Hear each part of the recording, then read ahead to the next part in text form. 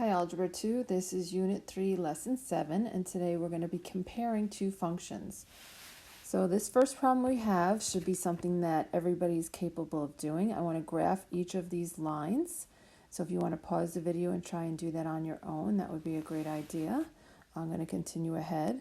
You can certainly do these in a graphing calculator, but I think the easiest way to graph a line is just to write down the m and the b. If you do it in the graphing calculator, please remember that you would need to copy the table down.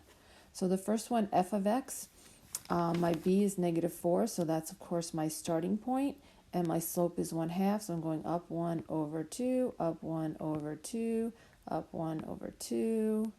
Okay, and I'm going to keep on going on like that. I don't know how to make a line with this, a straight line, so I will do the best that I can. Okay, so that's my f of x. And then in my second one, g of x equals -3x plus 10. So on that one, my slope is -3 and my y-intercept is 10. So here's 10 written for us already. And my slope is -3, so I'm going to go down 3 over 1, down 3 over 1. I can stop, but I'm going to go until they meet.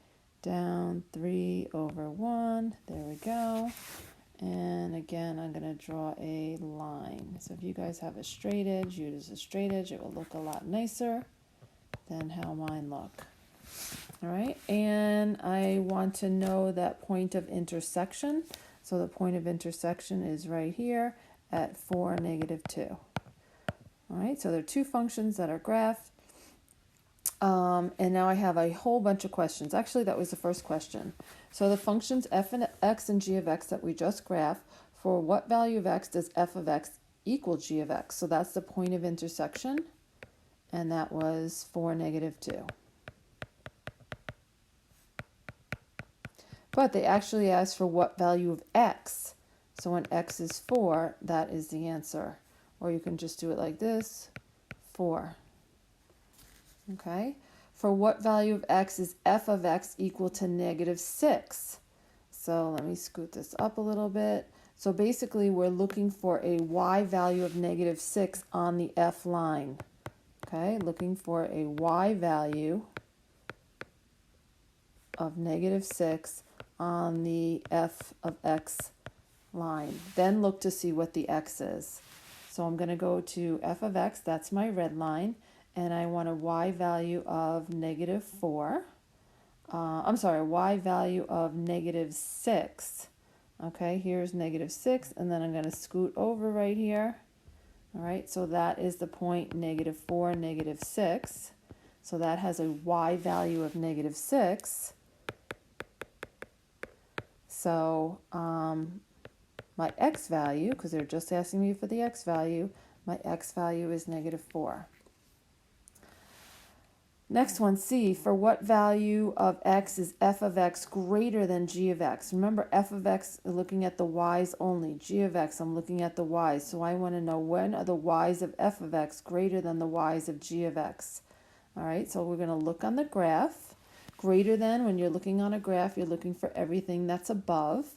All right, and actually, so my g of x is my purple line, and my f of x is my red line, and I want to know when the f of x, when the y's are greater than the y's of the g of x. So basically, it's everything in this area right here. All right? In this area, all of the y's for f of x are bigger than the y's for g of x. Make sure that makes sense to you. So if I was to take like this point right here, which is on the g of x, well, that's 1, 2, 3, 4, 5. 1, 2, 3, 4. That looks 5, -4. Okay, but if I was to take, so that's lower than what the f of x is. The f of x is 5, -1. See how the y's are bigger on the red line. So I'm looking for where the y's are greater than. So anywhere in that section, so basically when x is greater than 4, when x is greater than 4, because I'm looking what values of x, when x is greater than 4, anything from this point on where they meet, these x's, that the f of x is bigger than the g of x. For what values of x is g of x minus f of x equal to 7? So I want to look to see when g is 7 units above f. I want to look to see where g is 7 units above x. I'm going to have to scroll here for my graph. And if you look at, let me get a different color pen, and we get a nice green. If you look right here, okay, those coordinates are 2, 4. And if you look right here, those coordinates are 2, negative 3. The difference between them right there is 7. So when x is 2, then the y's are 7 apart, because this is 2, 4 and this is 2, negative 3. So when x is equal to 2, g of x minus f of x is 7. You have to be careful the order. F of x minus g of x would be a completely different answer. All right, and the last one, I just want to find the average rate of change for f of x and g of x on the interval from 0 to 5. All right, so we'll do the f of x first. So f of 5 minus f of 0 over 5 minus 0. So f of 5, I got to look back up on my graph right here. So 5 looks like it's about negative, it's in between. So I'm going to say it's negative 1.5. And f of 0 is right here at negative 4. All right, so let's scoot back. So f of 5 was negative 1.5. And f of 0 was negative 4. And 5 minus 0 is 5. So this is just going to be plus positive. So 2.5 over 5, which is 1/2. Remember, this is a linear function. That red line was a linear function. That average rate of change is just the slope. It's constant. Okay, so here, this basically was my slope right there. So I know we did all that, but I wanted to show you that, in fact, this is a linear function and the slope is just right there. And then the same thing is going to be true for the g of x is also a linear function. My slope should be negative 3, but just to practice doing that average rate of change again. So I'm doing g of 5. So let's look g of 5. G of 5 is going to be negative 5. 1, 2, 3, 4, 5. It's hard to read these right here. So g of 5 is going to be negative 5, and g of 0 is going to be 10 because it's up here. All right, so let me scoot back down. So g of 5 minus g of 0 over 5 minus 0. As we said, it's negative 5 and 10. And that gives me negative 15 over 5, which is negative 3. Okay. Next page, I already have my graphs done for me, so I have some questions about them. So the two functions, h of x is the absolute value of x minus 2 plus 3, and m of x is just a linear function x plus 3. They're graphed on the same set of axes. Determine the following. For what value of x does h of x equal m of x? I'm just going to label these. So this is my h of x right here, and this is my m of x right there, just so I can have them. So I want to know when they're equal to each other. So they're equal to each other right here at that point of intersection at 1, 4, but I just want to know the x value. So when x is 1, they are equal to each other. For what values of x is h of x equal to 4? Well, that's like saying y equals 4. All right, so I'm going to graph that line. Y equals 4, which is a horizontal line right here. So that's the line y equals 4. And I want to know for what values of x is h of x equal to 4. So the graph is intersecting. I already have a dot. Let me draw a red one. So they're intersecting here and here. So they're intersecting at 1 and 3. These are two separate answers. It's not a coordinate, so I'm putting those in those brackets. All right, next one, for what value of x is h of x greater than m of x? So greater than, I'm looking to see where it's above. where is the h of x above the m of x? Well, if I was to highlight these, like here's m of x, and let me get a different color. Here is the h of x. Well, in this section, okay, this one right here, h of x is below the m of x. I'm looking for where h of x is greater than the m of x, so that's going to be in this darker section right here, right there. I'll make it darker green. All right, so in this section right there, that is above the m of x line. The green line, the dark green line, is above the orange line. So basically from 1 to the left. So that answer is just going to be from negative infinity to 1. And I'm not including the 1 because they're equal at that point. And this just says greater than. It does not say greater than or equal to. For what value of x is h of x minus m of x equal to 2? So remember, the h of x has to be 2 above the m of x. So the m of x is my orange line. The h of x is my green line. I want to see where they're 2 above. Now it's kind of hard to see because I did so much writing on this. But if you're looking right there, let me get there and there. Okay, these are 2 apart right there. That has a distance of 2.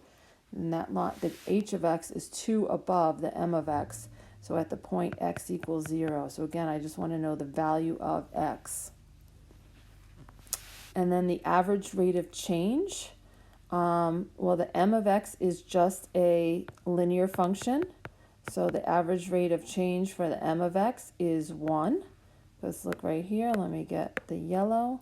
This is a linear function. There's a 1. Remember, y equals mx plus b. All right, so the average rate of change for m of x, which is a linear function, is just the slope, is equal to 1. The h of x I'm going to have to do a little bit of work for. So h of x, okay, let me just scroll up so I could write a little bit more easily. So for h of x, I'm going to have to do h of 5 minus h of 2 over 5 minus 2. Now why? Because that's the interval I picked. H of 5, I'm going to go to my graph right here. H of 5, here's 5, and h of 5 right there. H of 5 is, it looks like 6. Okay, because this is the 0.56 right there. And h of 2, so here's 2. So that is the 0.23. Okay, so basically you're just taking the y coordinates, 6 minus 3. You're taking the x coordinates, 5 minus 2. And that gives you 3 over 3, which is 1. And that actually makes sense because in that section from 2 to 5, those lines are parallel to each other. See how these lines are parallel? And parallel lines have the same slope. So that makes perfect sense. All right. Next one, example 3. Again, I have my 2 functions already graphed. So a of x equals 1 minus x. So this one right here is a of x. And b of x equals 2. That's my horizontal line right there. For what value of x does a of x equal b of x? Well, that's the point of intersection. And that is when x is equal to negative 1. So I can write it like this, or I can write x equals negative 1. For what value of x is b of x equal to 3? Well, b of x equal to 3. Oops, I wrote that in the wrong spot. Sorry, just realizing that now. All right, so this is my negative 1. And now I want to know where b of x equals 3. So y equals 3 is another horizontal line. I'm going to graph that horizontal line. So there is my horizontal line right there in green of y equals 3 or b of x equals 3. So, or y equals 3 rather. Where is b of x equal to 3? That b of x line is never crossing the y equals 3. There is no point of intersection. Okay, so I would just have brackets with nothing in them because there is no point where b of x equals 3. For what value of x is a of x greater than b of x? So right here in this section, let me get a red. So I want to know where the a of x is bigger than the b of x. This section right here. Okay? Because there's b of x. A of x is bigger than b of x in that little section right there. All right? So basically, this is negative 1. So negative 1 to negative infinity. So negative infinity, negative 1. I'm not including the negative 1 because it just says greater than. It doesn't say greater than or equal to. Okay? What value of x is a of x minus b of x equal to 2? So a of x minus b of x is equal to 2. All right? And right here, on the a of x, that is the coordinates negative 3, 1, 2, 3, 4. This is negative 3, 4. And this is the coordinates negative 3, 2. See how there's a difference of 2 right here? So the a of x is 2 above the b of x. So at the point negative 3, because I'm just looking for the x value, there's a difference of 2 right there. A of x is 2 greater than b of x. And then they want me to find the average rate of change. So b of x is a horizontal line. The slope is just 0. The average rate of change for a of x is a linear function, so the average rate of change is just my slope. You can see my slope right here is just down 1 over 1, down 1 over 1, or you can get it right from your graph, y equals mx plus b, and that's a negative 1, but my average rate of change is negative 1. All right, I have 2 more that I'm going to try on the next page. The next one I'm actually going to graph myself. One graph is easy, so the graph of Vx equals 2. So that is just a horizontal line right here. So that's V of x. The next one is going to be Wx. That one's going to be a little bit harder to do. I'm going to put this right into my graphing calculator into y1. So I'll show you how to do that. I'm going to go to my graphing calculator and I'm going to type in, now it's 1/2. I know that 1/2 is just 0.5. Now I need my absolute value. It's 1/2 the absolute value of x plus 1. So I hit the math key and I have to go over right there to the second one, NUM, and there's absolute value number 1. So absolute value of x plus 1. I use the right arrow to get out of the absolute value, minus 2. Okay, and then I'm going to look at my table, second table. I can look at the graph too if you want to, see what the graph looks like, just so you have an idea. It's going to be like a V. So second table, I'm going to copy down part of that table right there.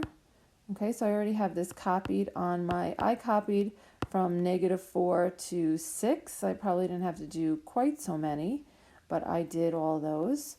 So let me copy down my table on my paper.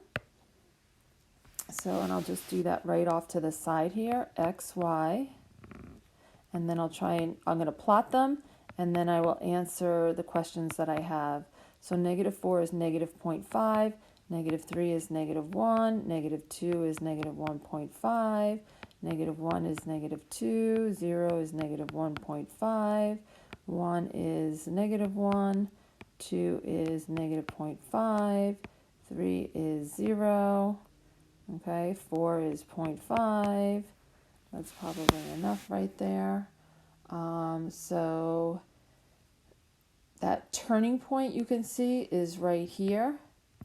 So that's where that vertex is. Negative 1, negative 2 is right there. 0, negative 1.5.